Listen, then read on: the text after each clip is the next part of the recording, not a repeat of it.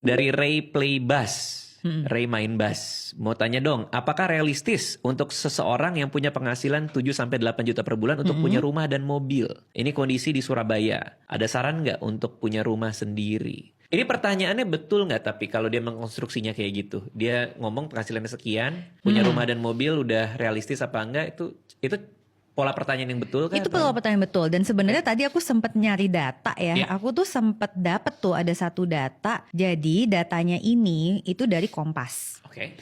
Tapi dia bukan di Surabaya, tetapi di Jakarta. Oke. Jadi di sini dibilang persis banget gajinya antara tadi 7-8 ya. Iya. Nah ini juga datanya gitu nih, sekitar 8 jutaan. Rata-rata biaya sewa rumah di Jakarta, aku pakai Jakarta aja ya, itu sekitar 3,9 juta per bulan. Artinya apa? Orang dengan gaji 8 jutaan itu hampir setengah gajinya dipakai buat bayar biaya sewa. Buat rent ya. Betul.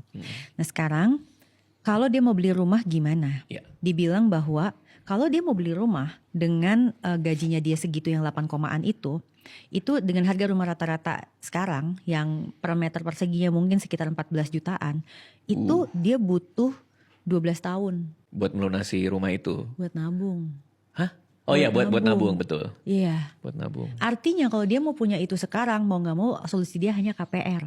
Ya, nabung pun juga nanti kena inflasi kan. Dia ngejarnya juga susah pasti. Iya. Jadi dia mesti cari rumah yang harganya ekivalen segitu. Oke. Dan itu kan masalah dengan perumahan apa sih? Kan itu space-nya limited. Bisa jadi kan harga ini nantinya adanya mungkin di tempat-tempat lain I see. gitu. Ya kita nggak tahu ya, namanya juga itu kan industri properti gitu.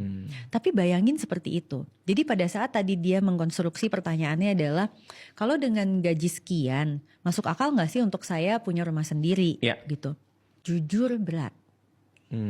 Tapi kalau dibilang masuk akal bisa aja dengan syarat berarti pengeluaran dia yang lain itu dia kecilin banget. Oke. Balik lagi ke pembahasan piramida kita tadi itu, Iya. berarti yang lain-lainnya tuh hampir kosong.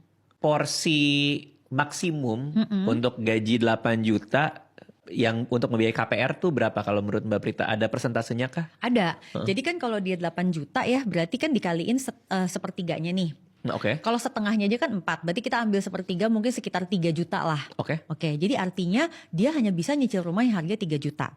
Pertanyaannya, rumah harga berapa tuh yang cicilannya kira-kira sekitar 3 juta segitu? Nah, kita cara ngitungnya gampang. 8 dikali 13. Berapa tuh 8 kali 13? 8 dikali 13. 8 Kenapa kali dikali 13? 13? Karena kemungkinan dia ada THR. Jadi aku Oh, kalinya 13 13, gaji. jadi pokoknya setahun 104. 104 juta. Kali 5. Berarti Kali 5 harga tahun. rumahnya 500-an.